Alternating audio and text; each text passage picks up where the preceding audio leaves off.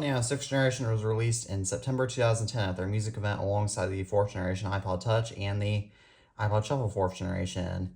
This iPod Nano has an unusual design because it features a clip, which can be used to clip onto surfaces, and more importantly, because of this iPod's form factor, it was often used as a smartwatch, which was later brought with which Apple later embraced with a future update to this iPod Nano in terms of software. This iPod was available in product red, pink, yellow as I have here, green, blue, graphite, and silver. It came in 8 and 16 gigabyte storage configurations. This iPod Nano, although it did remove several features such as the ability to play videos, games, and the ability to use this like a PDA and have calendars and contacts and whatnot, this iPod still focused on those main part of an iPod being music, and it brought a whole new touchscreen display, which officially killed off the click wheel and all classic iPod user interfaces for the Nano line. So let's just go ahead and take a this iPod has several cool features, including the fact that you can flip the screen over, which is relatively cool. This is not something that you could do on any other iOS device this easily, even still to this day.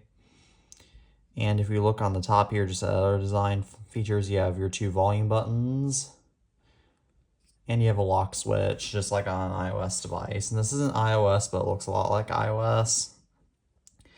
So now let's take a look at the music app. Now right here, you just have your basic music library, which also contains podcasts and iTunes U, although I believe you could get those apps separately alongside audiobooks. So if you go to songs, as you can tell, the previous owner of this iPod mostly kept sleeping music on this iPod.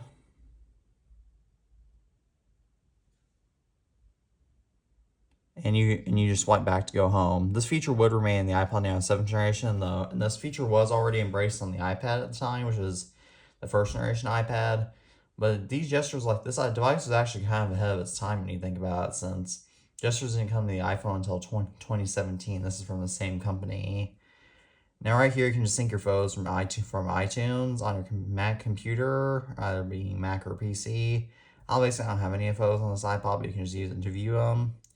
Podcast, this is a dedicated podcast player, which you can use to sync your podcast over to. Oh, this iPod was used up until 2019. That's actually pretty recent. And then you have Now Playing, which just shows you what's now playing.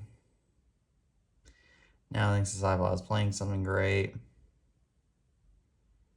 Okay, good. Let's pause. Alright. Then radio, you have to plug in headphones in order for this to work. And I haven't tested it on this specific iPod, though I can't anyway for copyright reasons.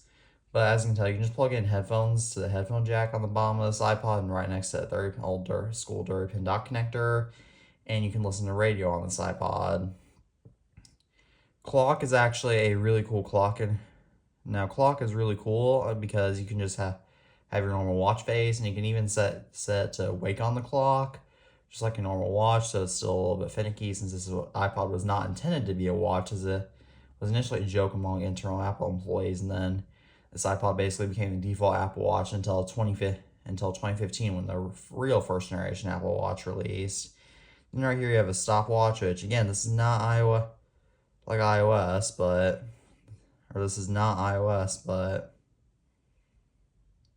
you know, you still have a stopwatch, which is cool. And then you could also set a timer. There's also information where you can set an alarm, though. Yeah, there's no speaker on this iPod, which again was removed from the 5th gen Nano. So you have to have it play through your headphones. But if you hold down on the clock, I believe, then as you can tell, you can cycle through all the different watch faces, or come on, which is actually a really cool offering, and even cooler than most Apple Watches now. You just have a bunch of different cool watch faces: mechanical clock face, digital,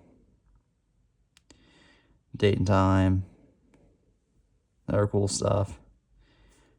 You could actually change the face on the iPod Nano 7th generation too, though that wasn't the watch form factor. Nixie clock. Then right here you also get Mickey Mouse, which was carried over to the Apple Watch. And this was probably because it was because back when Steve Jobs was still CEO of Apple, as he was back in 2010 when this iPod released, they had a very close partnership with Disney, since I believe Steve Jobs owned part of Disney, or at least he was on the leadership or something. So he had a lot of say in this kind of stuff. Minnie Mouse. You get Kermit the Frog, I believe. And then I have no idea who this is. Please comment down below if you know who this is. So I'll just set this one. All right, and then fitness. This iPod has an accelerometer and a pedometer, so you can just use this iPod to do workouts with, just like on an Apple Watch. I've never tried this iPod for that, but you could realistically. Audiobooks you can just use to listen to audiobooks on this iPod. Well, there is an audiobook, but I have no idea what this is. Then there's a settings app, which you can use. Now, if you go into About, it'll just show you what this iPod is. This is a 4 gigabyte. This is an 8 gigabyte iPod Nano. Excuse me, it's not 4 gigabyte. They never offer those. It's running version 1.2 PC, which is later. And then you can have music to just have basic stuff. General, now you can change the brightness on this iPod. Just like on an iOS device, it isn't hard to do. Then you can have wallpapers, which this is actually really cool. A lot of these wallpapers were default for iOS at the time, though some of the, like the jeans and the bubbles and that wave wallpaper, whatever that is.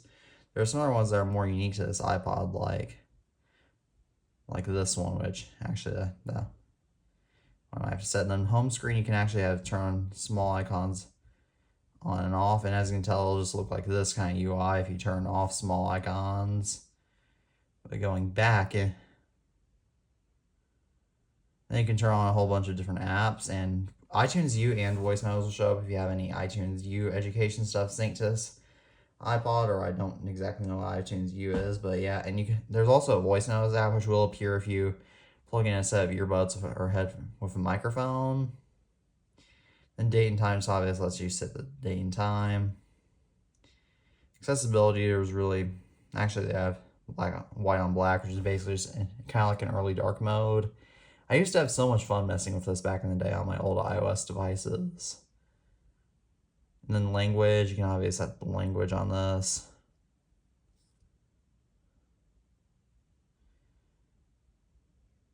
And yeah, and then there's radio, photos, fitness, and reset settings. So the feature of this iPod is that if you hold both volume buttons and the power button, so like this, until you can just keep holding it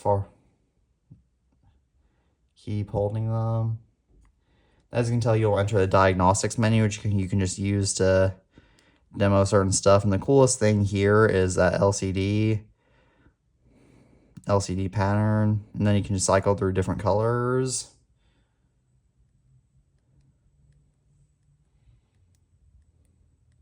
Which is really cool. Just test the LCD.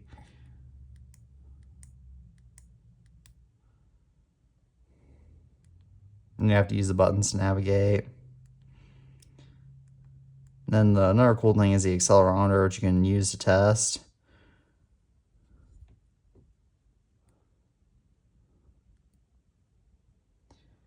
And then in order to get out of this, what you need to do is you just need to hold the buttons until the Apple logo comes up. All the buttons, and then Snow Fox is actually a code name of this iPod.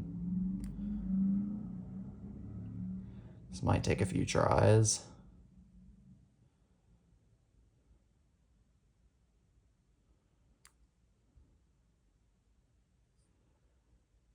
And then there we go. Now we're back on this iPod's home screen. So yeah. This iPod honestly is a really cool iPod to use, and please comment down below if you had one of these iPods, or also please comment down below if you want me to use this for a week instead of my Apple Watch. But as always, thank you all for watching this video. I'm the iTunes Fanboy, and as always, peace out.